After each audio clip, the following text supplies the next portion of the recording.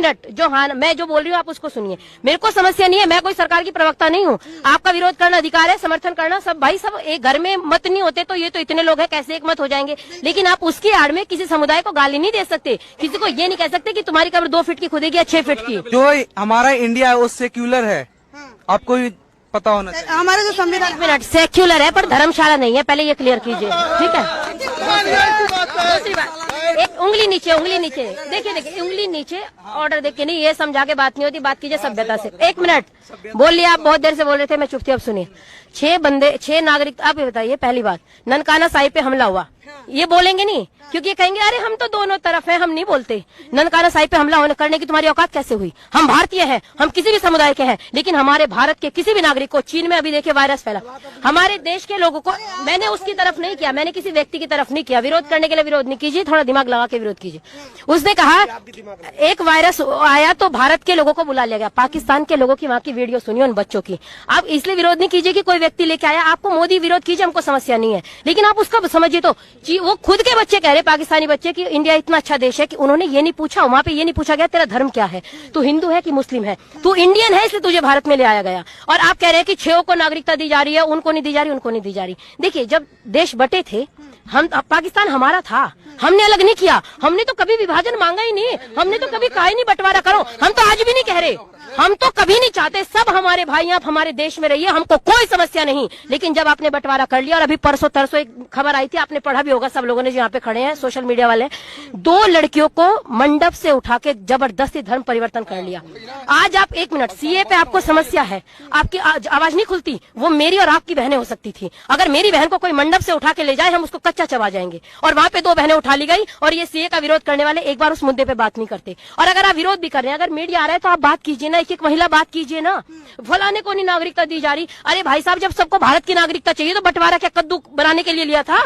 बंटवारा घुइयां छीलने के लिए किया था? क्यों बंटवारा किया था? सब रह तो रहे थे, आज ही आ गए। अफगानिस्तान इस्लामिक देश है, इंडिया सेक्युलर देश है, सेक्युलर देश है, तो कोई कागज मत दिखाओ, सब आ जाओ धर्मशाला है। अपने घर में हम किसी की एंट्री कराते हैं तो उसको देखते हैं पहले ये कौन है, और भारत में कोई भी आएगा हम कहेंगे तू कागज मत दिखा, तू भारत में रहे, तू यहाँ का नागरिक है, हम कैसे स्वीकार करेंगे?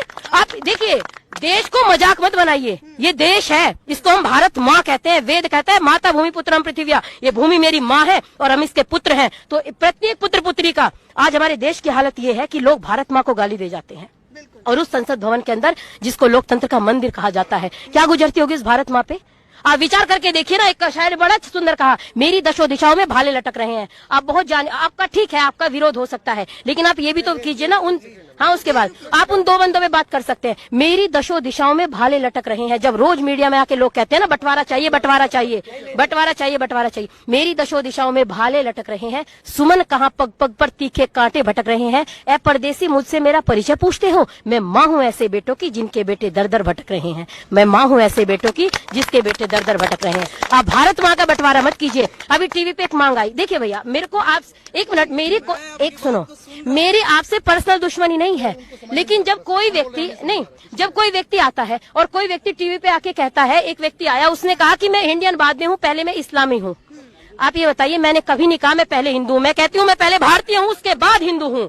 हम हमारी विचारधारा ये है, हम देश को जीते हैं। और लोग कहते हैं तुम्हारे बाप का हिंदुस्तान थोड़ी है। अभी आज सुबह में एक वीडियो सुन के आई कि इनके बाप का हिंदुस्तान है क्या? मेरे बाप, अब मेरा बाप जब 21 साल का था आर्मी में भर्ती हो गया था, देश में सेवा करके आए हैं, मेरा भाई भर्ती है, हमारे खानदान में कोई ऐसा नहीं जो फौजी का है। और जो लोग अपने देश को अपनी माँ कहते हैं ना, उनके बाप का हिंदुस्तान है। अगर आपके बाप का हिंदुस्तान होता तो आप सड़क नहीं जला देते, आपके बाप का हिंदुस्तान होता आप बस नहीं जला देते, आपके बाप का हिंदुस्तान होता आप छोटे छोटे बच्चों पे पत्थर नहीं फेंकते, आपके बाप का हिंदुस्तान होता तो आप ये नहीं कहते कि तय करो आपकी कब्र 2 फीट नीचे खोदी जाएगी जो 6 फीट की। आप विचार करो ना, आप उन पे क्यों नहीं बोलते? आप बहुत संविधान बचाने आए हैं, संविधान बचाने आए हैं, और एक लड़की अगर आपके यहाँ पे घुस जाती है तो आप उसको इतनी करे बहुत एहसान किया, हमने उसको जिंदा भेज दिया।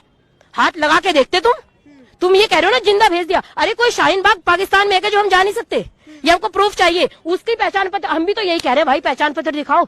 और देखिए, कोई जबरदस्ती, आप भारत के नागरिक हैं, आप हमारे भाई हैं। एक मुस्लिम भाई का इतना सुंदर इंटरव्यू में उसका सुन रही थी, उसने कहा बरगलाया जा रहा है, हमारे विरुद्ध कुछ नहीं है।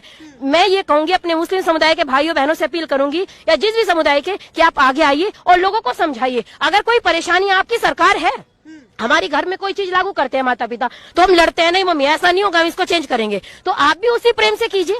आप शाहीन बाग रोक के बैठ गए, कितने बच्चों की नौकरी छूट गई। जो बच्चा प्राइवेट नौकरी करता है और अपने घर में कमाने वाला अकेला है, गाल बजाना बहुत आसान होता है, बोलना बहुत आसान होता है, जब दिल पे गुजरती है तब पता लगता है। उस बच्चे की नौकरी छूट गई, अपने घर वालों को रोटी कहाँ से देगा। एक जवान लड़के की जब नौकरी छूटती है ना, उसको पूछ के देखिए कितना दर्द होता है। आप उस मुद्दे पे बात नहीं करते। 40 दिन एक रोड बंद कर दी, यहाँ पे हम रोड बंद करके बैठ जाए, अर्थव्यवस्था हिल जाती है एक रोड से। और 50-50 दिन से वो कह रहे हैं दुकान वाले प्लीज दुकान खोलने दो, प्लीज दुकान खोलने दो, हमारी दुकानों का सामान सड़ गया। आप उस मुद्दे पे क्यों नहीं बात करते। हम बिल का समर्थन विरोध करना आपका दायित्व है, आप कुछ भी कीजिए। आप स्वस्तिक का चिन्ह बना रहे हैं, उस पर झाड़ू फेंक के मार रहे हैं। आप कब तक हम सब अपमान सहेंगे। हमारे प्रतीकों का अपमान कर रहे हो। आपने ओम लिखा और ओम पे इतने गंदे शब्द, केरल से वो पोस्टर वायरल हुआ था, आपने पढ़ा होगा। आप विचार कीजिए, ओम को कोई अपशब्द कहे हम कैसे स्वीकार करेंगे। आप हमारे स्वस्तिक का अपमान करें हम कैसे स्वीकार करेंगे। आप राम को रोज गाली देते हम कैसे स्वीकार करेंगे। आप, मेरा निवेदन है, आप उन मुद्दों पे भी बात कीजिए। सरकार का विरोध करना, समर्थन करना सबका अधिकार है। जितने लोग यहाँ पे खड़े हैं, जरूरी नहीं मेरी विचारधारा है, सबके अपनी विचारधारा हो सकती है, लेकिन किसी भी कम्युनिटी का सम्मान करना ये हमारा भारत कहता है। हम प्रत्येक व्यक्ति को प्यार से रखते हैं। अरे मेरा देश धरती के समुन्नत भाल जैसा है, इसकी पावन संस्कृति शुभ टकसाल जैसा है। और